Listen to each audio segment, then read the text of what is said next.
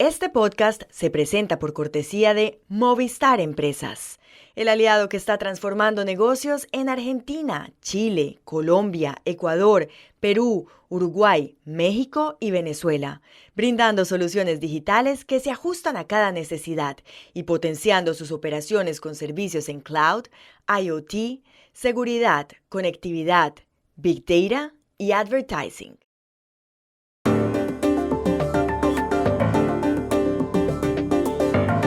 Javier Milei dijo ayer que no le pedirá disculpas a Pedro Sánchez y España retiró definitivamente a su embajadora en Buenos Aires. ¿Habrá ruptura de relaciones y por qué en Argentina hay un debate sobre los viajes del presidente? Un Boeing 777 de Singapore Airlines tuvo que aterrizar ayer de emergencia en Bangkok con un muerto y 70 heridos a bordo. Volaba a 37.000 pies cuando se enfrentó a una turbulencia severa. ¿Qué es eso? Faltan pocos días para las elecciones presidenciales del 2 de junio en México. La oficialista Claudia Sheinbaum y la opositora Xóchitl Gálvez son las más opcionadas. ¿Cómo llegan las dos a la recta final?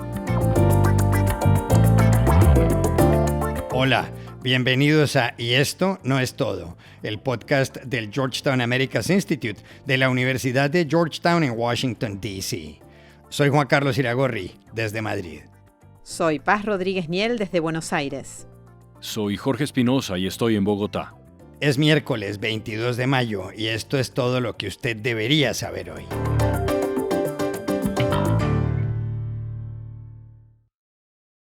La distancia entre los gobiernos de Argentina y España se incrementó aún más en la jornada de ayer. Todo comenzó el domingo en Madrid, con unas declaraciones del presidente argentino, Javier Milei, sobre la esposa del presidente del gobierno español, el socialista Pedro Sánchez.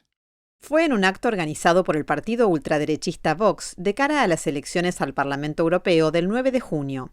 Milei sugirió ahí en su discurso que Begoña Gómez es corrupta. El 16 de abril, un juez español le había abierto a ella indagaciones por tráfico de influencias y corrupción. En las últimas horas, Milei dio una entrevista. Recordó que en la campaña argentina Pedro Sánchez apoyó a su rival, el peronista Sergio Massa, y que no lo ha llamado desde que ganó las elecciones. Y sobre una exigencia del ministro de Exteriores español, José Manuel Álvarez, Milei respondió: Yo no le voy a pedir disculpas. ¿No le vas a pedir disculpas? Bajo ningún punto de vista. ¿Cómo voy a pedir disculpas yo si yo fui el agredido? Por esa razón, el propio ministro español de Asuntos Exteriores, José Manuel Álvarez, anunció ayer mismo una decisión relacionada con María Jesús Alonso, su embajadora en Buenos Aires, que había sido llamada a consultas el domingo. Les anuncio que retiramos a nuestra embajadora en Buenos Aires. La embajadora se quedará definitivamente en Madrid. Argentina continuará sin embajadora. Aunque Milei ha dicho que no retirará a su embajador en Madrid, Roberto Bosch, todo esto hace pensar en las relaciones económicas entre los dos países. Aquí en la Argentina, por ejemplo, hay más de 150 empresas de España y la inversión española supera los 21.000 millones de dólares. En Argentina opera, por ejemplo, el Banco Santander, que en el primer trimestre del año obtuvo beneficios por más de 101 millones de euros. También funciona Iberia, que vuela entre Madrid y Buenos Aires desde hace 78 años y que en octubre tendrá 3 frecuencias diarias. El año pasado hubo exportaciones españolas a la Argentina por 1.159 millones de euros y exportaciones argentinas a España por 250 millones. ¿Podría pensarse en que la crisis se agrave y se rompan las relaciones? Hablamos ayer en Madrid con el economista Carlos Rodríguez Brown. En la crisis diplomática entre Argentina y España ha habido errores, me parece a mí, por ambas partes. La ruptura de relaciones sería muy dañina económicamente para los dos países, que tienen, entre otras cosas, lazos económicos y empresariales bastante importantes. Lo que a mí me parece, y en lo que yo confío, es que esto no se produzca, porque es un completo disparate. Si hay dos países cercanos, son España y Argentina desde hace muchísimos años, desde principios de siglo, desde luego, con millones y millones de inmigrantes españoles que se fueron a América en general y a Argentina en particular, y siempre han mantenido, como es bastante obvio, pues relaciones muy, muy cercanas que nunca se van a romper. Por eso digo, yo encuentro que la eventual ruptura es un completo disparate. De hecho, España nunca ha roto relaciones con sus antiguas provincias, porque no eran colonias, eran provincias del Imperio Español. De hecho, la dictadura de Francisco Franco nunca rompió relaciones con Cuba, con la Cuba comunista de Fidel Castro, y desde luego no podía haber dos gobiernos más opuestos, digamos, ¿no? Pero nunca rompieron relaciones, porque por ambas partes se entendía que la historia y los lazos que unen a España con América en general y con Cuba en particular, pues tienen que pesar más que cualquier otra cosa. O sea, yo confío en que este disparate, porque sería un disparate mayúsculo, no se vaya a producir. Por otro lado, mientras en España la oposición sigue criticando a Pedro Sánchez por reaccionar ante las referencias a una ciudadana privada como es su esposa, aquí en Argentina se ha abierto un debate porque el reciente viaje de Milei a Madrid se hizo con fondos públicos. ¿De qué se trata el debate y en qué consiste exactamente? Llamamos ayer a Diego Cabot, prosecretario de redacción del diario La Nación de Buenos Aires. Efectivamente se ha armado un debate, ha empezado un debate ya no solamente por la agenda privada del presidente, sino también por el uso de los fondos públicos, ¿no?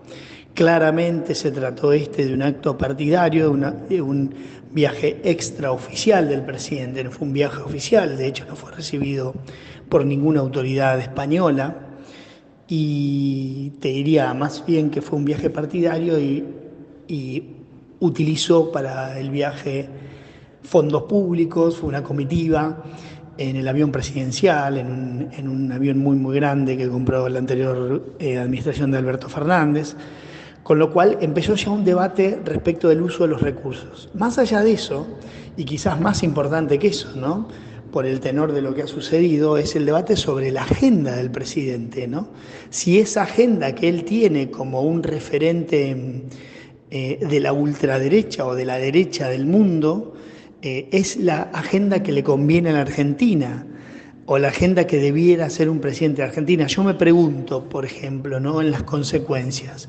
El presidente Milei dijo que tiene otro viaje a Europa, puntualmente a España y puntualmente a Madrid, el 21 de junio, y a recibir un premio, y que va a ir. También es parte de una agenda privada de él, como dirigente de la derecha mundial. Y yo me pregunto, ¿qué agenda puede llegar a tener el presidente del 21? ¿No? ¿Qué empresario o qué hombre de poder o de la política se va a juntar con el presidente el 21 de junio en Madrid después de lo que fueron estos días, ¿no? Con lo que te quiero decir es que muchas veces la agenda de un presidente no es la agenda de un país, ¿no?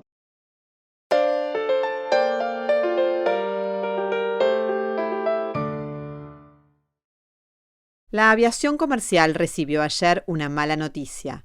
Un hombre de 73 años murió y 70 resultaron heridos de gravedad como consecuencia de una turbulencia severa en un vuelo de Singapore Airlines que cubría la ruta de Londres a Singapur. Todo sucedió en un Boeing 777. El hombre, un británico de 73 años, retirado del mundo de los seguros y actor aficionado, se llamaba Geoffrey Kitchen. Viajaba junto a su esposa para unas vacaciones de 6 semanas. Parece ser que perdió la vida por un infarto. Cuando habían transcurrido 10 horas de vuelo desde el decolaje en Heathrow, los 211 pasajeros comían. El avión iba a 37.000 pies de altura y había turbulencia ligera. De repente, sobre Myanmar, el aparato sufrió una descolgada. Se desprendieron monitores y máscaras de oxígeno. La turbulencia duró menos de 2 minutos, en los cuales el Boeing cayó unos 6.000 pies, algo así como 1.800 metros. Muchos de quienes no llevaban puesto el cinturón de seguridad se golpearon contra el techo y otras partes del avión, según un pasajero británico que habló en la BBC.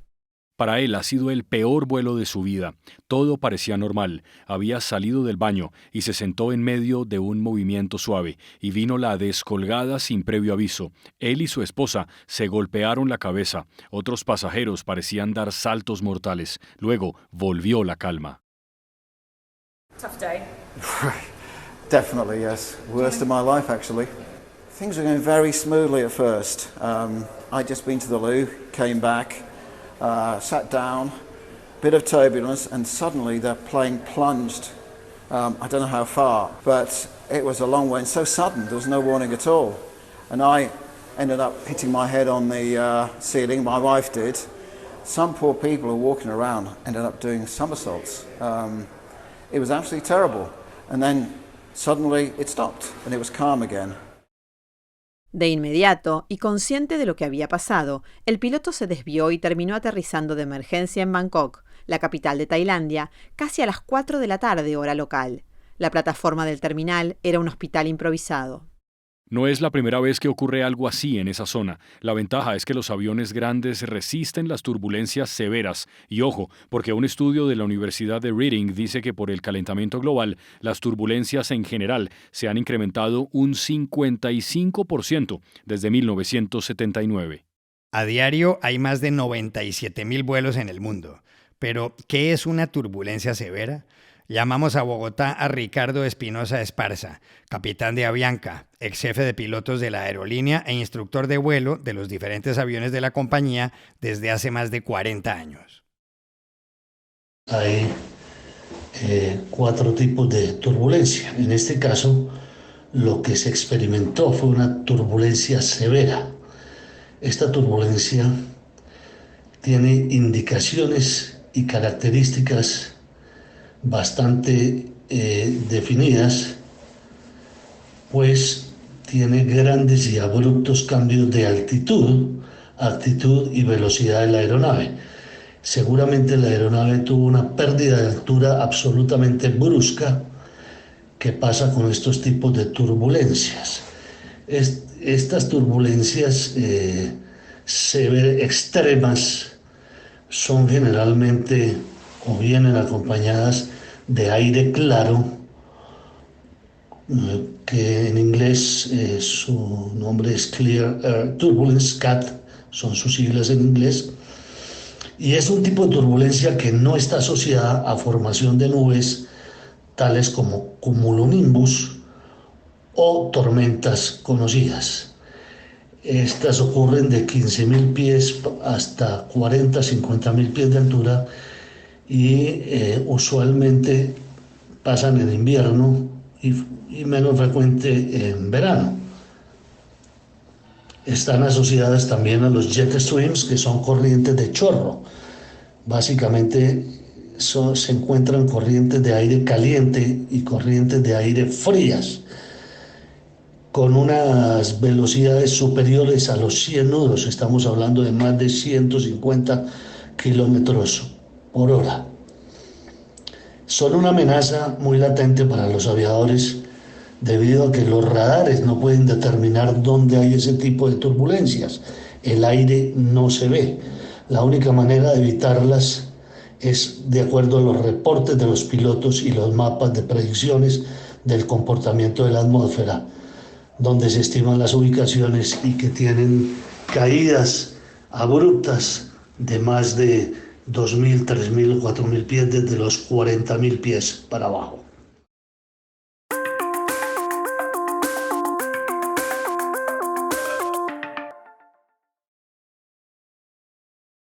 Este podcast se presenta por cortesía de Bancolombia y de su proyecto Orígenes.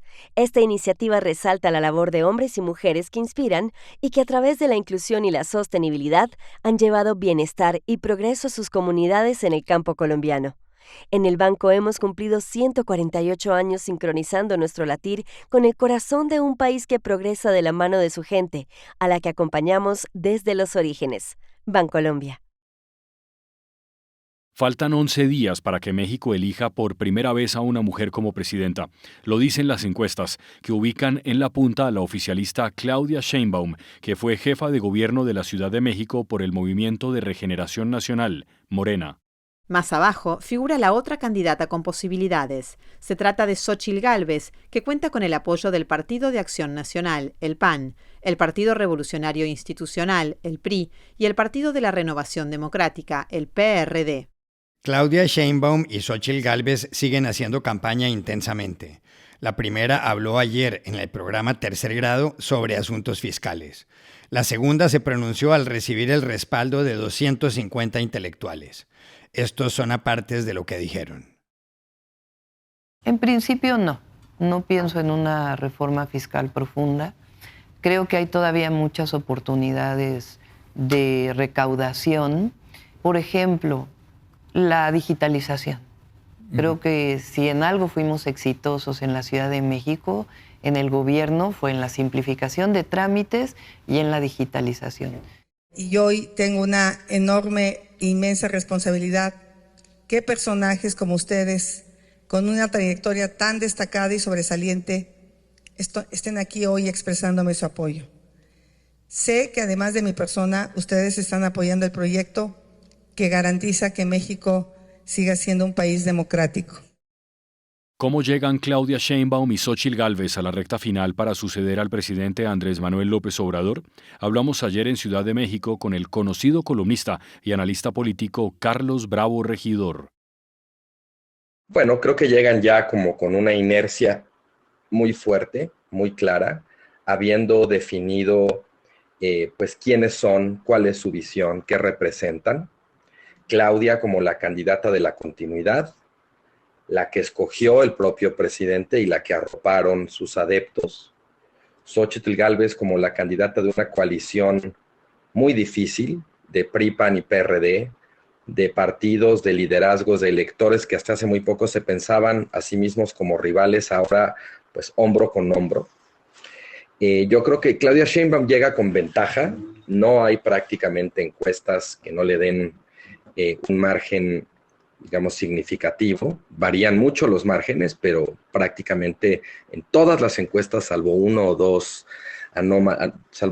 anomalías, ella va al frente. Y es posible, yo creo que lo más probable es que gane Claudia Sheinbaum, aunque es posible que el margen se estreche un poco, porque Xóchitl Gálvez llega con buen momentum. Tuvo un muy buen segundo debate. En el tercer debate no le fue tan bien, pero ese mismo día tuvo una manifestación a su favor muy nutrida, no nada más en el Zócalo de la Ciudad de México, sino en muchas ciudades del país. Creo que Xóchitl Gálvez, después de haber tenido una campaña medio errática, medio improvisada, hacia este cierre trae una campaña ya más aceitada, más profesional y más definida en cuanto a su mensaje. Entonces creo que eso le puede ayudar al final para reducir la distancia. Pero fuera de eso, digamos, para mí la pregunta es ¿de cuánto es la ventaja de Sheinbaum? ¿De 1 o de 2 dígitos? Y estas son otras cosas que usted también debería saber hoy. Donald Trump no acudió ayer a declarar en el juicio que se le sigue en Nueva York por el caso relacionado con la ex actriz porno Stormy Daniels. El proceso pretende establecer la eventual responsabilidad del expresidente en la falsificación de documentos sobre los pagos que Michael Cohen, antiguo abogado de Trump, le hizo a Daniels en 2016. El objetivo era que ella no hablara sobre una supuesta relación sexual que tuvo con él 10 años antes. En ese momento, Trump era candidato presidencial. El mediocampista alemán del Real Madrid, Toni Kroos, de 34 años, anunció ayer que dejará el fútbol después de la Eurocopa, que termina en 2 meses. Kroos llegó al club hace prácticamente una década, el 17 de julio de 2014, un día que, según dijo, le cambió la vida. El volante, célebre por sus pases largos que cambian de frente, optó por dejar la selección alemana en 2021, con la que fue campeón del mundo. Algunos pensaron que estaba acabado, pero no, ganó con el Madrid una Champions y 2 ligas. Y aquí termina el episodio de hoy de Y esto no es todo, donde siempre habrá más. En la producción estuvo John F. Burnett. Y pueden suscribirse a este podcast en nuestro sitio web yestonoestodo.georgetown.edu y seguirnos en nuestras cuentas de X y de Instagram @yestonoestodo. Chao, hasta la próxima.